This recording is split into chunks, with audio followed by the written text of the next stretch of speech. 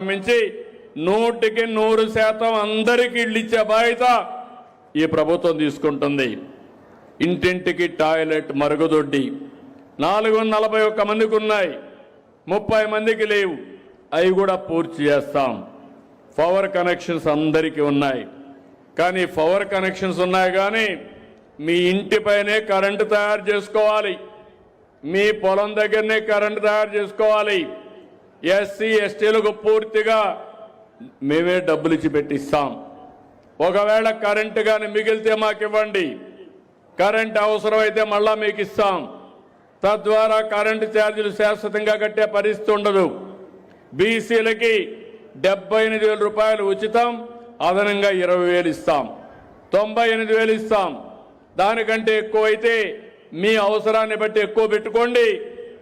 దానికి ఎప్పటికప్పుడు కరెంట్ ఛార్జీలు కట్టే పరిస్థితి రాదు. రైతులకు విజ్ఞప్తి చేస్తున్నా, మీ పంప్ సెట్ దగ్గర ఒక సోలార్ పెట్టుకోండి. సోలార్ పెట్టుకుంటే ఆ కరెంటు మీరు వాడుకోవచ్చు.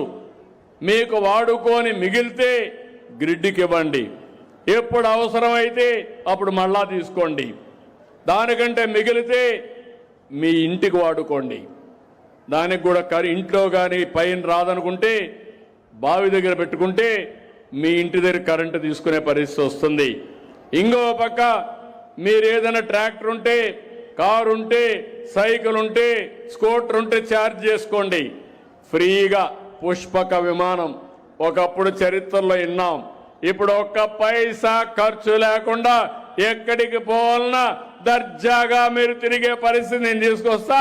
నాకు సహకరించండి. ₹1 పెట్టుబడి లేదు. మీ పొలానికి 5 HP కానీ 7 HP కానీ ఎంత అవుతుందో మీరు చేయాల్సింది అక్కడ పెట్టుకొని ఒక మీటర్ పెట్టుకుంటే మీకు కరెంట్ ఛార్జ్ చేయం. ఇప్పుడు ఇచ్చిన కరెంటు ఉచితంగానే ఉంటుంది. ఎంత అదనంగా వస్తే మీరు అది ఇస్తారు. అలాంటి వసతులు కల్పిస్తాం. రెండోది పెన్షన్లు ఇంకా ఈ ఊర్లో కావాలన్నారు. రాష్ట్రం అంతా ఒక పాలసీ తీసుకొని ముందుకెళ్తాం. రైస్ కార్డ్స్ అందరికీ ఉన్నాయి. గ్యాస్ కనెక్షన్స్ 49 మందికి లేవన్నారు. ఇప్పుడే కలెక్టర్కి ఆదేశాలు ఇస్తున్నా. ఈ 49 కూడా పూర్తి చేస్తాం. ఇంటింటికి ఇంటర్నెట్ ఇస్తాం, ఇంటింటికి టెలిఫోన్ ఫెసిలిటీ ఇస్తాం, వైఫై కూడా ఇస్తాం. భవిష్యత్తులో మీ ఫోన్ అనేది మీకు వజ్రాయుధంగా తయారవుతుంది. ఏ పని కావాలన్నా ఫోన్ ద్వారా చేసుకుంటారు. మీ ఆరోగ్యాన్ని కూడా తొందరలోనే సంజీవిని ప్రాజెక్టు తీసుకొచ్చి ప్రతి ఒక్కరి ఆరోగ్యం కాపాడడానికి ముందుకు పోతున్నాం.